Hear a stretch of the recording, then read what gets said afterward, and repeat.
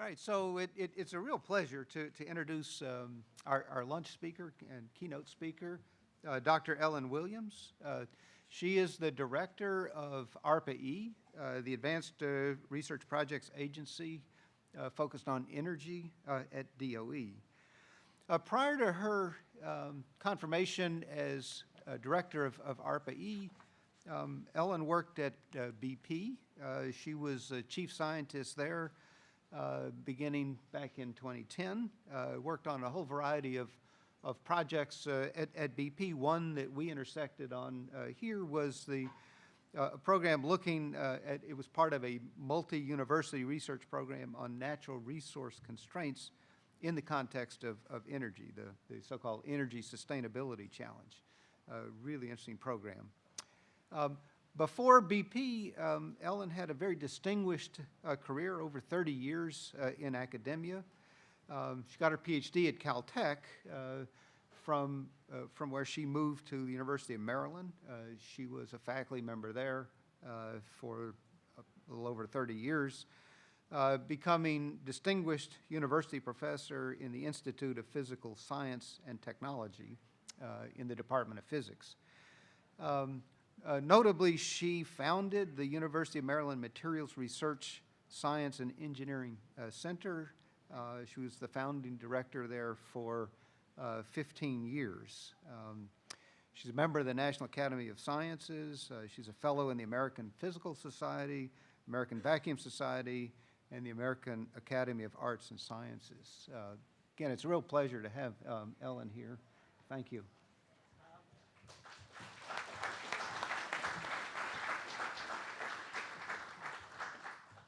Well, thank you so much. It's a great pleasure to be here. And what I'd like to do today is to tell you a little bit about ARPA-E, the Advanced Research Project Agency for Energy, and give you some overviews of some of our specific programs in solar energy. And I've really enjoyed the presentations this morning. I'm very excited about the context and the things that I've been hearing.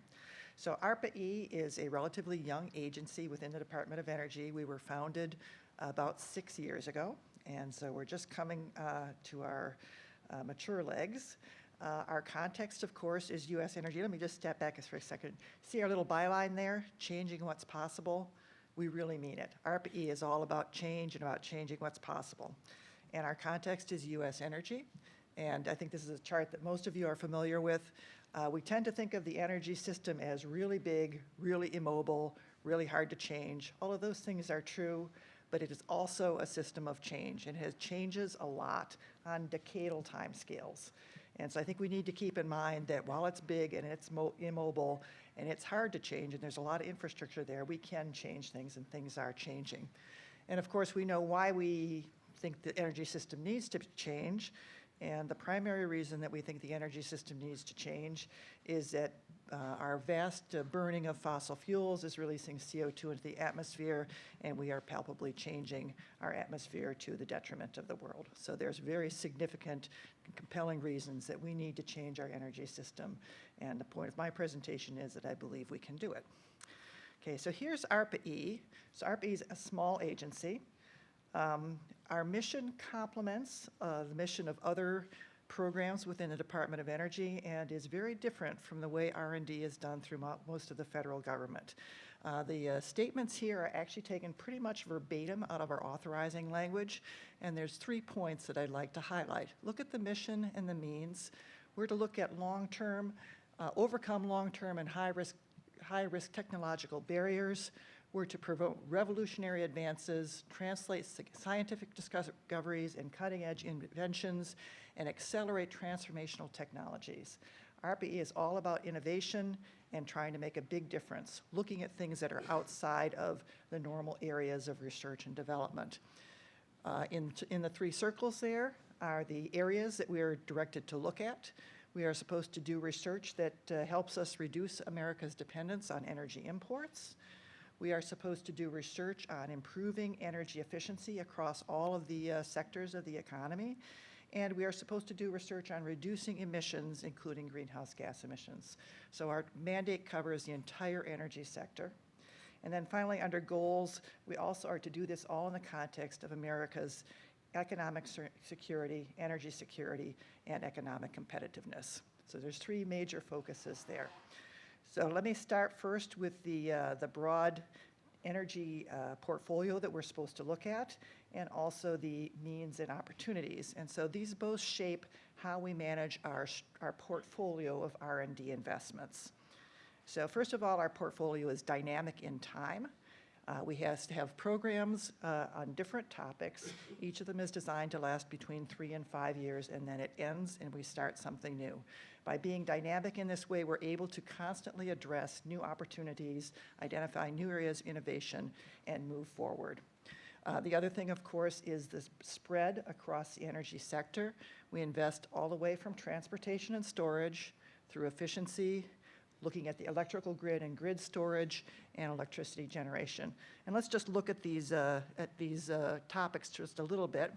So beginning back in 2010, we've done quite a bit of work on biofuels, on methane as a transitional fuel for transportation, and now looking at transportation infrastructure.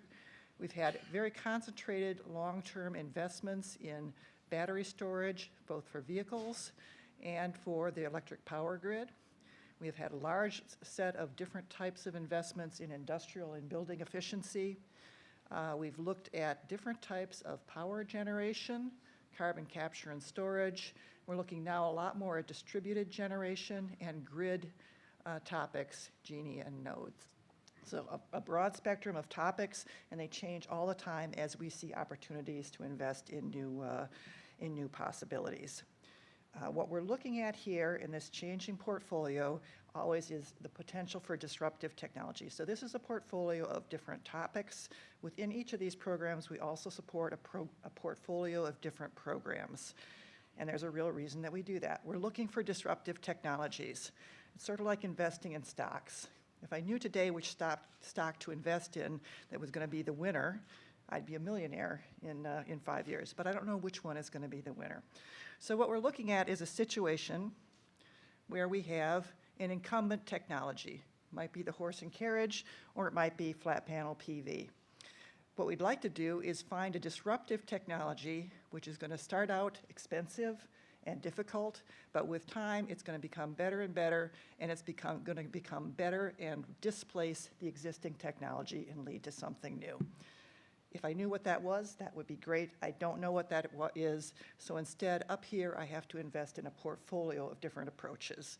So in the horse and buggy picture here, so here's some of the portfolio of early transportation approaches that people tried and which basically didn't work. And then finally, we wound up with the Model T, which led us to today's transportation system. So we're looking at portfolios. We're not picking winners and losers. We're looking at opportunities in the technology space, investing in them and giving them an opportunity to compete and move their technologies forward to see which ones are actually going to work out. Okay, as we do this, our motto is, in addition to changing what's possible, our clear focus is, if it works, will it matter? And this addresses our economic and energy security issues. We can develop the best technology you ever saw, wonderful, outstanding, tremendously exciting technology, but if it's not commercially viable, if it's not manufacturable, if it can't get out and make a difference in the energy sector, it's not going to matter. So in addition to looking for really cutting-edge technologies, really great ideas, we're working all the time on our programs in developing them forward in the context of can they be made to work in the commercial sector. So here's kind of the standard picture, which I think most of you have seen before, the idea of technology development as a series of development steps separated by crucial points, which are called valleys of death. ARPA-E is concentrated largely on the first valley of death. We look at exciting technologies coming out of basic research and development that have the potential to have an impact in the energy sector. We invest and we work very closely with the teams to move those technologies forward, both technically and in terms of commercial readiness.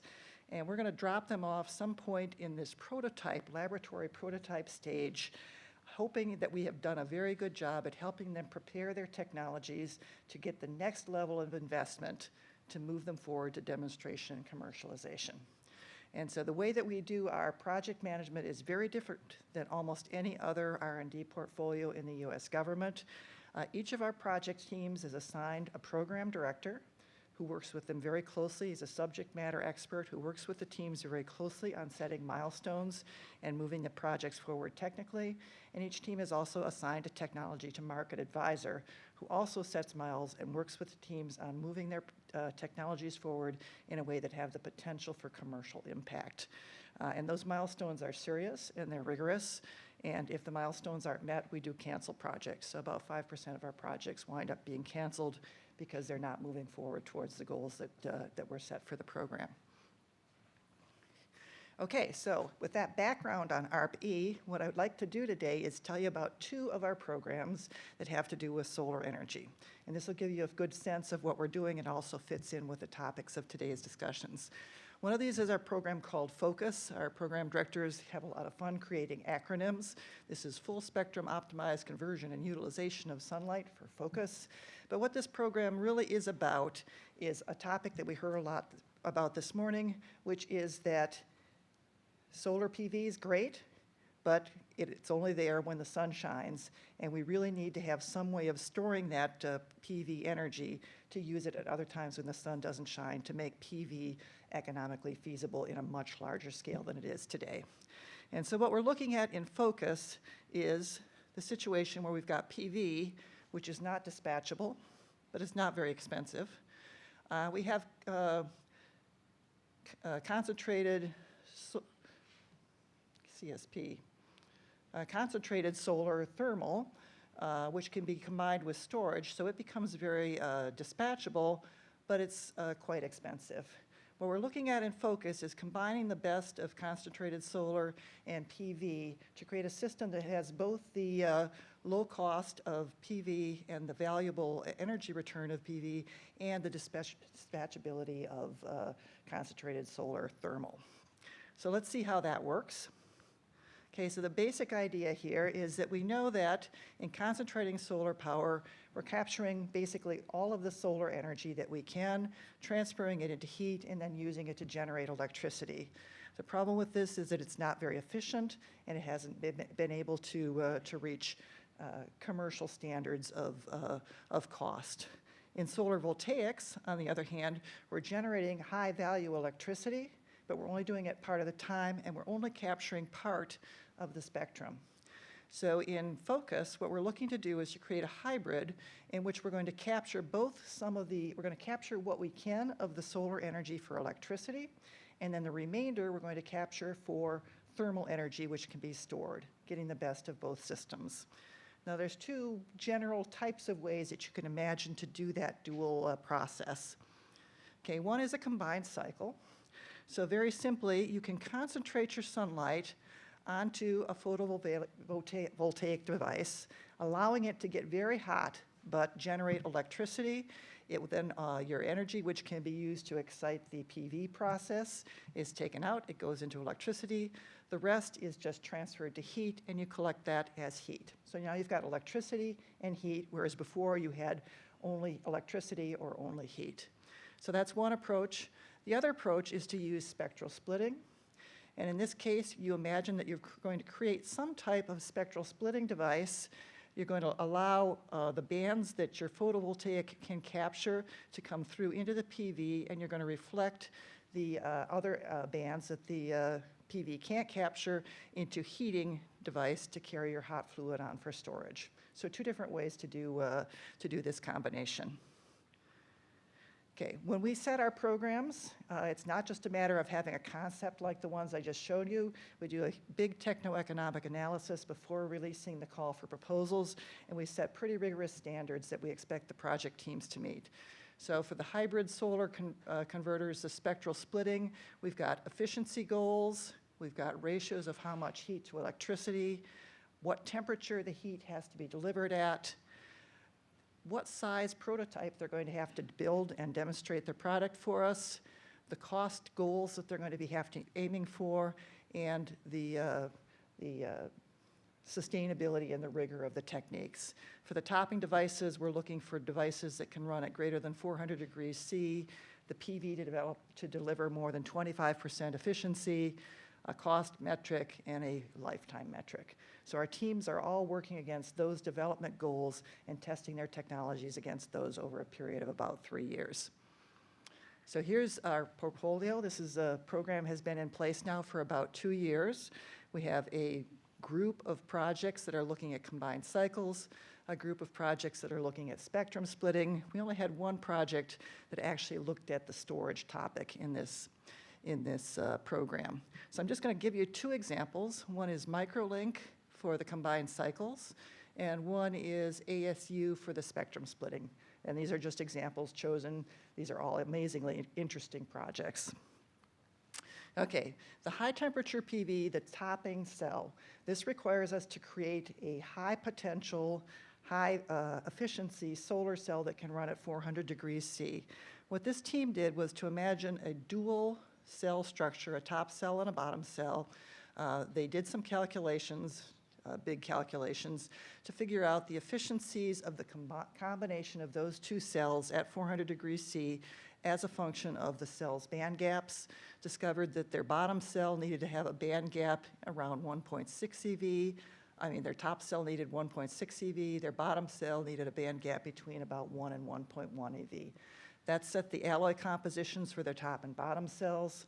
Clearly, with these types of materials, there's a lot of materials issues in keeping them stable. You don't want interdiffusion of the alloy materials. You can't have evaporation or oxidation of your top cell. So they had a lot of materials issues to put in place. But in the past 2 years, they've been checking off the different issues that have to take place to make this cell work.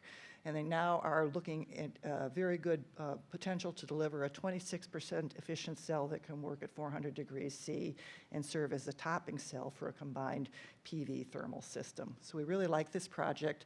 They're using epitaxial liftoff with MOCVD growth to lower the cell cost, and you can see that also gives them a flexible cell structure. Okay, the other one I'll show you is the ASU project. So they start with what we've seen before as a fairly standard design for a solar thermal project. It's a cylindrical cylindrical mirror, and then a tube that carries the fluid that's going to be heated up and taken forward for storage. What have they done that's different here? They've redesigned the mirror surface, and so now the mirror surface looks like this. They have their glass, and the surface under the glass is now a standard silicon PV. And then behind the PV, there's a dichroic mirror and then another reflector. So what happens here is that the bands of energy that are appropriate for the PV are passed through to the PV and collected there. The infrared is reflected at the surface of the PV and also at the dichroic mirror, and the UV invisible is also reflected. So they're collecting this for the electricity, and they're reflecting the other bands of energy, all of them to be collected for solar energy.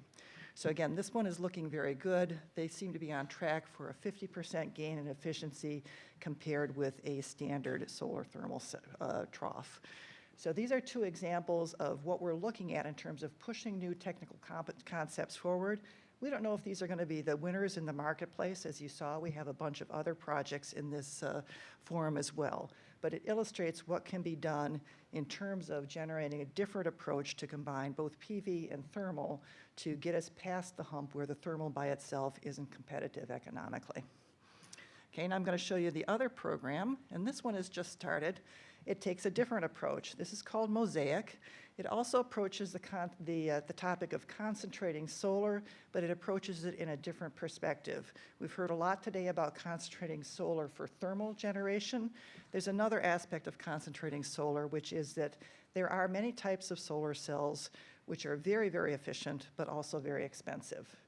And we can't use them in a flat panel configuration, but you can use those solar cells in a configuration where you concentrate the solar energy down onto them with a 500 or 1,000 concentration. So that's called concentrated solar PV or concentrated PV. And what we'd like to do is look at the issues of concentrated photovoltaic and see if there's a way to make that economically competitive. Right now it's too expensive. The concentrated PV systems are big and cumbersome and they're not competitive. So what we're going to look at here is a way to address the issue of here's production efficiency, here's solar systems cost. Concentrated PV right now has very, very good efficiency in terms of delivering a lot of energy, but very expensive. Flat panel PV, relatively inexpensive, but not tremendously good at developing a lot of energy. We're looking for a combination between those two, which is our Mosaic target for micro concentrated photovoltaic, which will have rather high delivery of energy at a much lower cost and enough to be competitive. So how does this work? Okay, first thing, let me just back up for a second. One other thing here is that we have to keep into mind the issue of geographic locations. We heard some comments today about Massachusetts not being a great place to do solar energy because the sun doesn't shine all the time. But there's actually another reason that there's a problem. Anything that has to do with concentration requires lensing and focusing of light down onto a single spot.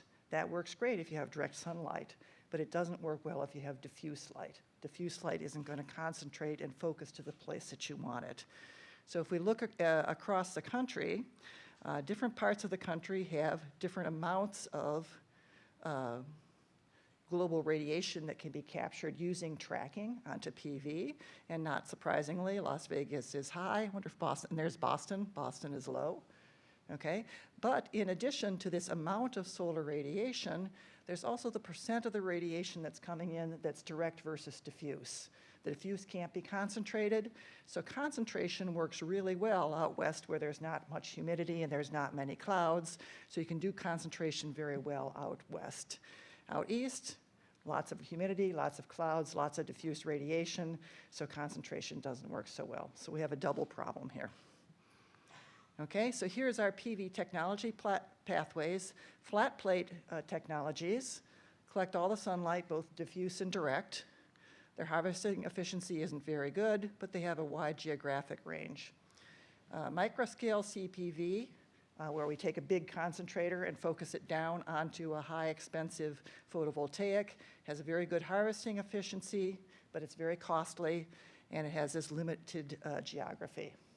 What we're looking for in Mosaic is a combination of those two, where we get rid of this macroscale PV, and we're looking about creating a flat panel display configuration using a bunch of micro focusing elements.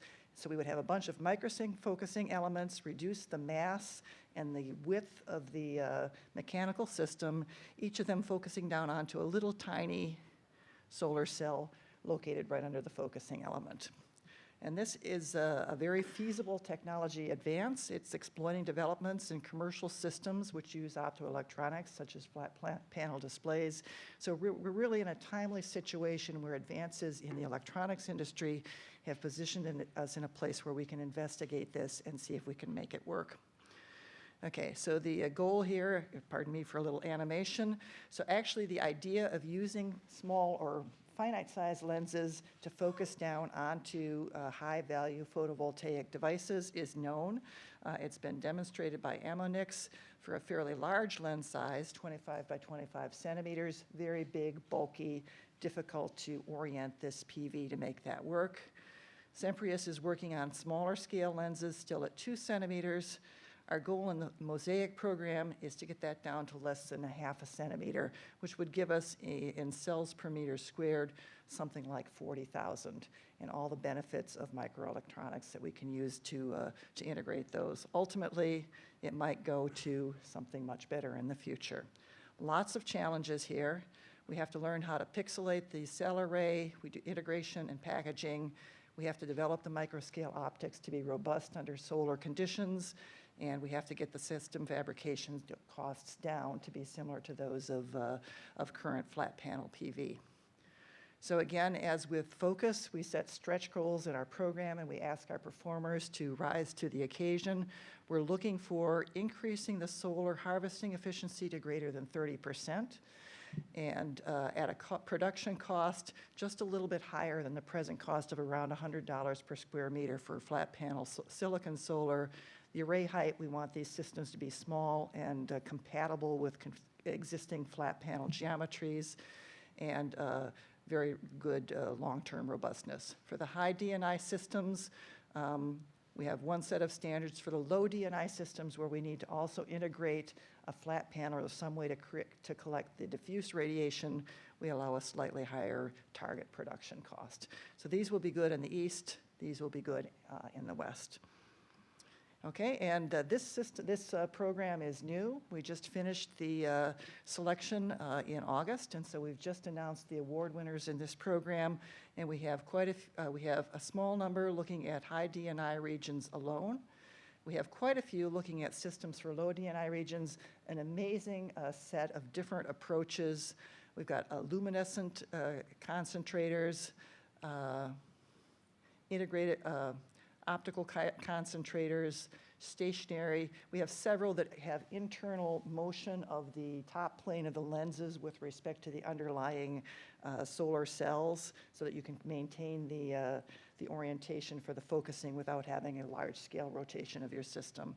And then finally, we have an innovative partial solution from Park, where they're going to apply inkjet printing techniques to fabricating these arrays of the cells and then the lenses on top of them in a low expensive manufacturing technology. So very exciting program here. It's just starting. I can't tell you about the details of any of these topics because at this point they're all company proprietary, but within a year we're expecting to have results, and we're very excited about looking forward to talking about these more.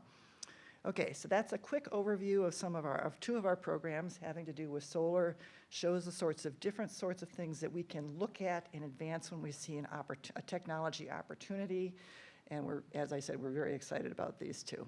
So let me just go back then to my starting comments about changing what's possible.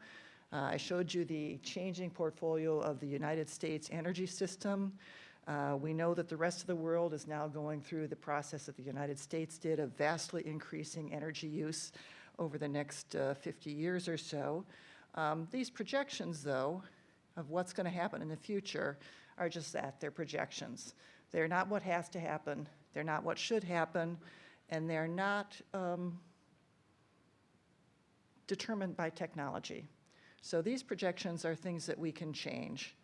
And we do need to change them because, of course, of the CO2 issue. If we continue on at this trend, basically we're going to be above 800 parts per million CO2 in the atmosphere before the end of this century, and that's just not going to work. So what we need to do in the United States is change that trend. This is the US trend projected, relatively flat moving into the future. That's not acceptable. We actually have to bring our energy use and our CO2 emissions down nearly a factor of 4. And so I'm an enthusiast for technology. I believe that we've got the tools and the ability and the innovative capabilities in the United States to change the technology landscape and make these things happen. So what we need to have happen is a lot more efficiency, a lot less fossil fuels, a lot more renewable energy. And all of those are going to depend strenuously on what we all do in terms of innovating and developing new technology. So at ARPA-E, everybody's a technology enthusiast. We're also highly motivated by these problems. So I'm going to thank you for your attention. I want to bring one thing to your awareness, which is that at ARPA-E, everybody on staff is on a rotating appointment. Our program directors come in for 3 or 4 years. We're always looking for new program directors. Our tech to market advisors come in for 3 or 4 years. We're always looking for new tech to market advisors. And we have one other group of very special people, which is our ARPA-E fellows. And so we hire early stage scientists, generally coming right out of graduate school, to come and work for us for 2 years at ARPA-E. They play a huge and important role at ARPA-E in terms of generating new ideas, supporting program development. Our FOAs require a huge amount of analysis to get right the requirements that we ask people to meet, and our fellows play a big role in that. So right now we're having a round of recruitment for new fellows. So if you are or know of somebody who might like to come to ARPA-E for 2 years as an ARPA-E fellow, please let them know and get in touch with me, or go on our webpage and get in touch with any of our existing fellows. And then in conclusion, thank you very much. This is ARPA-E, part of the Department of Energy. Just for your notice, the Department of Energy is releasing its quadrennial technology review today at 1:00 p.m., so you can take a look at that when it's available. We have a newsletter that you can sign up for. It will tell you about all of our new and upcoming programs and announcements in our workshops because we do a lot of interaction across the community. And also, we have an annual summit this year. It will be at the end of February, as always, in Washington, D.C. So I hope that we see a lot of you there at our summit this year. So thanks very much for your attention.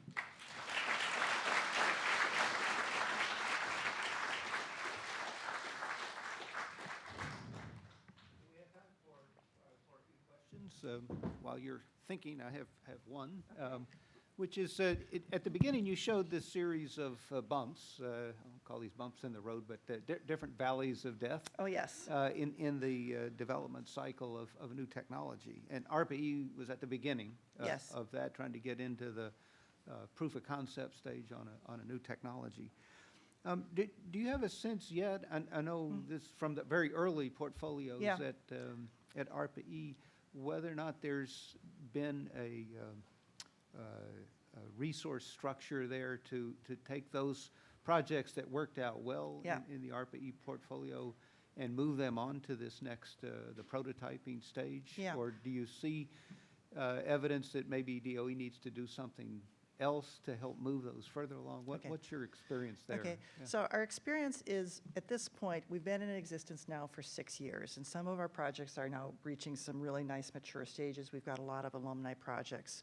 What we've seen is that about 20% of our projects have actually attracted private sector follow-on funding to help continue the development of their projects moving forward.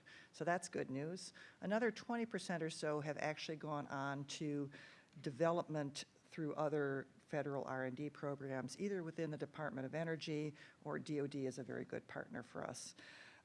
We are seeing, as we get some of our projects forward to this stage, that we would like to get them out into the actual energy industry, things like our grid projects where we're looking at grid optimization or grid energy storage. We're working with very conservative industries. They would like to see more demonstration of the capabilities of these projects. So we're looking very carefully at whether and how much we can extend some of our support for our projects just to the point of letting them do some field testing to demonstrate to this conservative industry that it's worth their risk to try these out in some of their real systems. Yeah, great. So questions? In the back here, yes? Thank you. So, Madam, I saw at one of your last slides, you had the projections, and in them I saw that the nuclear sector was growing, and I was wondering, what does RPE do to help this growth? Okay. Yeah, ARPA-E has not yet had a nuclear program. That doesn't mean that we won't. We do actually right now have a small fusion program that we started this year. And so basically, as our program directors evaluate technical opportunities, we are looking in the nuclear area as to where could a focused $30 million investment make a difference in nuclear? I think there are some opportunities there, perhaps on the materials side. So we're constantly evaluating that. So for us, it's always, what's the need and what's the opportunity? So we're looking for opportunities in nuclear. It's not off our table at all. Good. Other questions? Okay, well, with that, let's thank Ellen one more time. Very interesting talk.